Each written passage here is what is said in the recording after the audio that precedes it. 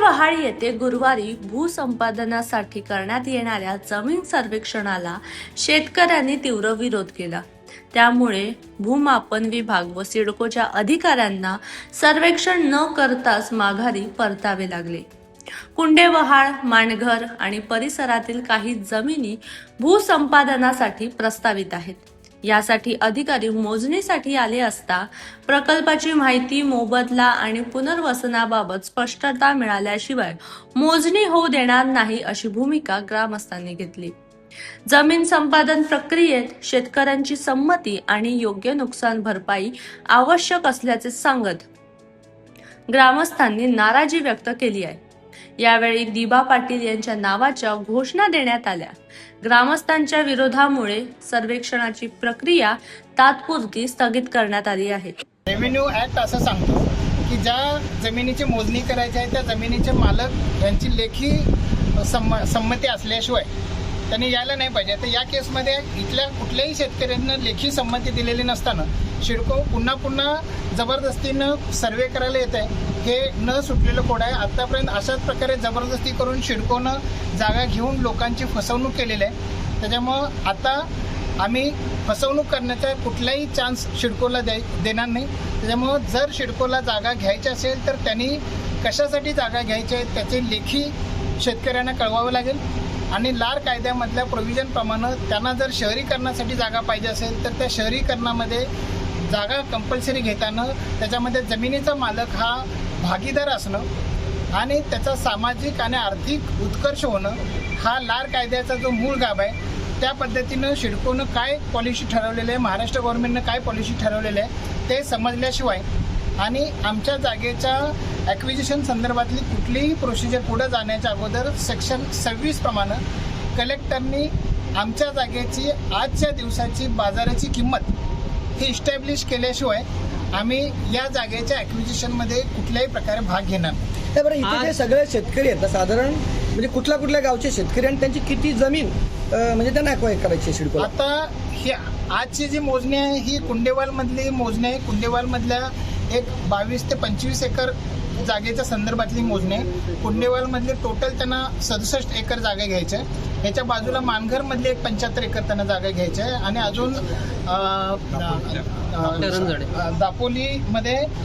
दापोलीमध्ये 60 acre घ्यायचे आणि करंजाडेमध्ये 20-25 acre जागा घ्यायची। ही सगळी जी जागा आहे ही सगळी जागा त्यांना कंपल्सरी लँड ॲक्विजिशन करताना याच्यामध्ये जागेचा मालक हा या शहरीकरणामध्ये कसा भागीदार असेल हे महाराष्ट्र गव्हर्नमेंटला पहिल्यांदा सांगावं लागेल। म्हणजे आत्तापर्यंत नवी मुंबई वसवताना 1894च्या कायद्यानं जमीन घेऊन किंवा 22.5% ज्या लोकांनी विलिंगली सिडकोला जमीन दान केली त्या प्रकारचं शहरीकरण आणि त्या प्रकारचं ॲक्विजिशन आता शक्य नाही। आता सिडकोकडील जमीन जर सिडको 5 कोटी रुपये गुंठ्याने विकू शकते, 7.5 कोटी रुपये गुंठ्याने विकू शकते तर शेतकऱ्यांच्या जमिनीला पण तशाच प्रकारचा योग्य तो भाव मिळणं हा आमचा हक्क आहे। आणि म्हणूनच आजूबाजूच्या जमिनीच्या विक्रीच्या व्यवहारांचा संदर्भ घेऊन आम्ही आमच्या जागेची किंमत 2,48,00,000 रुपये गुंठा ही मागणी केलेली आहे आणि त्या मागणीसाठी आम्ही सर्व कायदेशीर पेपर दिलेले आहेत। हे आम्ही आज नाही 1 वर्षापूर्वी आम्ही कलेक्टरकडे मागणी केलेली आहे। सिडको आज जमीन घेण्याच्या गोष्टी करते। हे सिडकोनं जमीन घेण्याची प्रोसिजर चालू करायचं 1 वर्ष अगोदर आम्ही कलेक्टरना कळवलेलं आहे, आम्ही IGR ऑफिसला कळवलेलं आहे, आम्ही रेव्हेन्यू सेक्रेटरीनं कळवलेलं आहे आणि त्यांना सांगितलेलं आहे की आमच्या जागेची जी किंमत आहे ही आता आजूबाजूला जे सिडको विक्री करणाऱ्या जमिनीच्या व्यवहाराशी जर त्याची तुलना केली तर आमच्या जागेची किंमत ही 2,48,00,000 रुपये गुंठा असणं अपेक्षित आहे। याच्या अगोदर सुद्धा ते 1 महिन्यापूर्वी 4 तारखेला आले होते। त्या मोजणीला सुद्धा आम्ही विरोध केलेला आणि त्या मोजणीचा विरोध केल्यानंतर आम्ही कन्सर्न मेट्रो सेंटरचे जे उपजिल्हाधिकारी आहेत त्यांना आम्ही सगळे शेतकरी जाऊन भेटलो। त्यांना आम्ही आमचे हे सगळे डिमांड त्यांच्या समोर ठेवले। आम्ही त्यांना सांगितलं की तुम्ही आमच्याकडं तुम्हाला कशासाठी जमीन पाहिजे ह्याचं लेखी आम्हाला द्यायला पाहिजे। ज्यांना ही जागा घ्यायची आहे त्यांना शेतकऱ्यांची जमिनीच्या किमतीच्या विषयीची मागणी 20% विकसित भूखंड या सगळ्या गोष्टी तुम्ही कन्वे करायला पाहिजेत आणि ज्यांना जमीन घ्यायची आहे त्या सिडकोची जर याला मान्यता असेल तर ती लेखी मान्यता घेऊनच तुम्ही आमच्याबरोबर लेखी कळवून ही प्रोसिजर पुढे न्यायला पाहिजे। त्याच्यामध्ये त्यांनी मेट्रो सेंटरवाले व्हर्बली जाऊन शिडकोकडे भेटणार, शिडकोवाले व्हर्बली त्यांना मेट्रो सेंटरवाल्यांना काहीतरी सांगणार, अशा प्रकारे ही प्रोसिजर पुढे जाणार नाही. त्याच्या पुढे जाऊन म्हणजे आम्ही हे मेट्रो सेंटरला सांगितल्यानंतर त्याच्या पुढं 2 पावलं जाऊन आम्ही शिडकोचे JMD, CLSO आणि MD यांना भेटून आम्ही आमचे डिमांड त्यांच्यासमोर ठेवलेले आहेत. आम्ही रेव्हेन्यू सेक्रेटरी मिलिंद म्हैसकर साहेब यांना पर्सनली भेटून सांगितलेलं आहे की तुम्हाला लार कायद्यातल्या प्रोव्हिजनप्रमाणेच हे लँड ॲक्विजिशन करावं लागेल.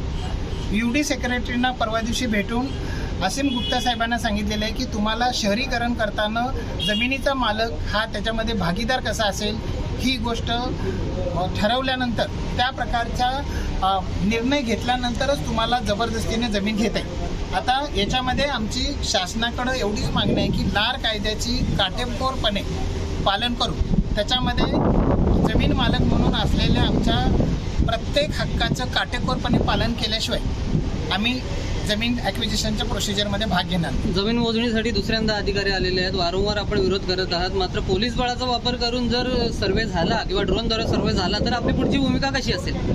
मी पोलीस ऑफिसरांनी म्हणजे पोलीस कमिशनर नवी मुंबईचे आहेत त्यांनासुद्धा मी पत्र लिहिलेलं आहे.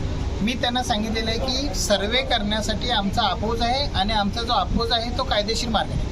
म्हणजे त्याच्यामध्ये आम्हाला कुठल्याही प्रकारचं कायदेशीर लेखी करस्पॉन्डन्स झालेलं नाही, त्याच्यामुळे आमचा तो अपोज आहे. आणि हे अशा प्रकारचा आमचा कायदेशीर अपोज असताना जर पोलीस कमिशनर साहेबांनी जर सर्वेसाठी जर पोलीस प्रोटेक्शन दिलं तर त्यांनी आमच्या राईट टू ओन प्रॉपर्टी ह्या फंडामेंटल राईटच्या अगेन्स्ट पोलीस प्रोटेक्शन देते असं होईल.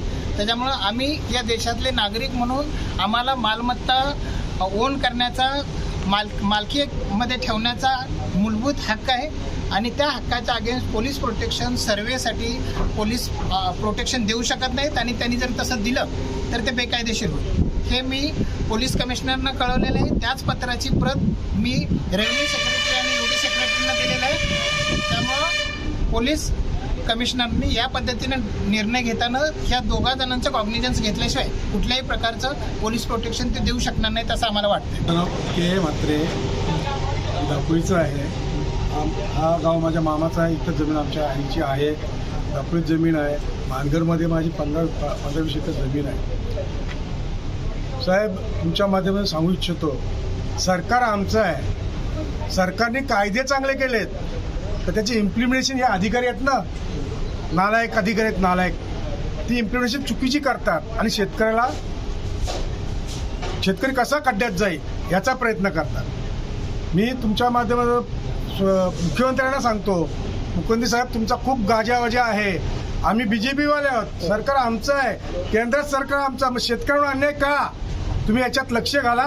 आणि ॲज पर आमचा विरोध नाही, तुम्हाला विकासाला विरोध नाही. आमचा विरोध आहे फक्त शेतकऱ्याला काय देणार त्याचं तुम्ही सांगा आम्हाला. आमची इच्छा एवढीच आहे का केंद्र सरकारने जो कायदा पारित केला आहे लाखचा, त्या लाखप्रमाणे जमिनी घ्या, त्याची व्हॅल्युएशन द्या.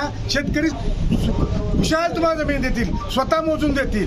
पण तुम्ही हे चुकीचे पायंडे पाडता. तुमचे सरकारी अधिकारी याच्यात मेन म्हणजे सरकारी अधिकारी चुकीच्या पायंडा पाडतो. मला वाटत नाही तुमच्यापर्यंत पोहोचला असेल किंवा काय, पण मी या माध्यमातून मुख्यमंत्र्यांना आवाहन करू इच्छितो, साहेब याच्यात लक्ष घाला आणि शेतकऱ्यांच्या पोटावर पाय येते ते थांबवा.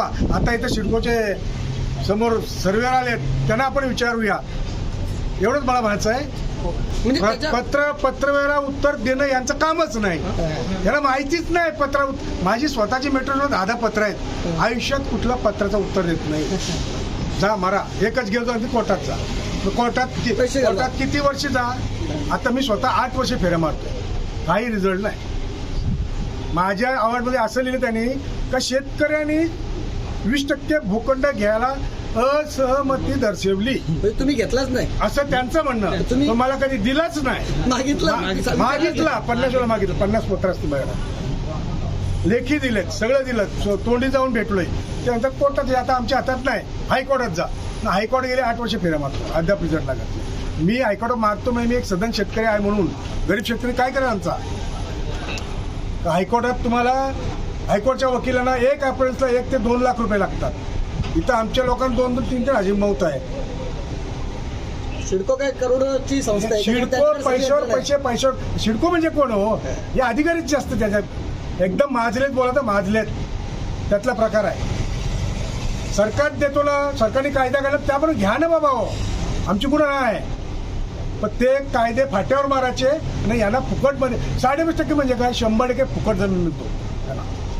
आणि ज्यावेळेला ज्या लोकांनी दिली आता माझ्या तोंडातून वाईट येईल एका दिवस, त्या मिटिंगला मी होतो, मी स्वतः विरोध केला होता पृथ्वीराज चव्हाणांना. 20% काय मिळणार आम्हाला, पण आमचे काही अति त्या कालचे पुढारी नाही द्यायलाच पाहिजे. मला एकट्याला बाजूला पाठायचं. सचिन हरेश्वर वैदी सिडकोमध्ये भूमापक या पदावर आहे. या सर्व जमिनीचा मान्य जिल्हाधिकारी यांच्याकडे आम्ही प्रस्ताव पाठवलेला होता सिडकोच्या वतीने संपादन करण्याचा. त्याच्यावर नाही मोजणी चालू आहे. त्याला मोजणीला तर विरोध आणि मोजणी करणार नाही असं सांगितलेलं इथल्या अधिकाऱ्यांनी. हा, मग आता हे कसं त्यांच्यातर्फे जे आहे मेट्रो सेंटरकडनं ही मोजणीचं हे लावलेलं आहे, त्यांच्याकडनं जे होईल त्याप्रमाणे पुढील कारवाई त्यांच्याकडनंच होणार आहे. शेतकऱ्यांच्या मालकी हक्काच्या जमिनी सिडको संपादन म्हणजे काही कामासाठी करताना शेतकऱ्यांना कशा प्रकारचा मोबदला असेल, कशा प्रकारचं त्यांचं पुनर्वसन असेल, या प्रकारची त्यांना कल्पनाच नाही आहे. आणि मग भूसंपादन करताना सर्वे करताना जर शेतकऱ्याला कल्पना नाही तर ते देणं गरजेचं आहे असं त्यांचं मत आहे, म्हणून सर्वे होत नाही आणि त्यांचा या ठिकाणी विरोध आहे. काय सांगायला नाही, खरं म्हणजे त्यांच्या म्हणण्याचा उद्देश असा आहे की सर्व पत्रव्यवहार इथल्या शेतकऱ्यांनी केलेला आहे तुमच्याशी, परंतु त्या पत्राला एकाला तुम्ही उत्तर दिले नाही, तुम्ही लेखी काय त्यांना कळवत नाही आणि म्हणून तुम्हाला विरोध आहे. नाहीतर ते त्यांच्या म्हणण्याप्रमाणे 2013च्या कायद्याप्रमाणे जर तुम्ही संपादित केली जमीन 100% फॉलो करून तर त्यांची मान्यता आहे असंही देखील सांगतात. सदरची जे संपादन प्रक्रिया ही मेट्रो सेंटरकडनं चालू आहे. जो पत्रव्यवहार केला असेल तो मेट्रो सेंटरकडनं केला आहे त्यांनी. आणि या मेट्रो सेंटरचा मी प्रतिनिधी नाही, मी सिडकोमधनं आलो आहे. आम्ही संपादन करतो म्हणून एक संपादन याच्यासाठी आम्हाला बोलवण्यात आलेलं आहे. संपादन करणारी मेट्रो सेंटर आहे, त्यांच्याकडनं ते झालं पाहिजे की काय पॅकेज देणार, कसं देणार हे त्यांच्याकडनं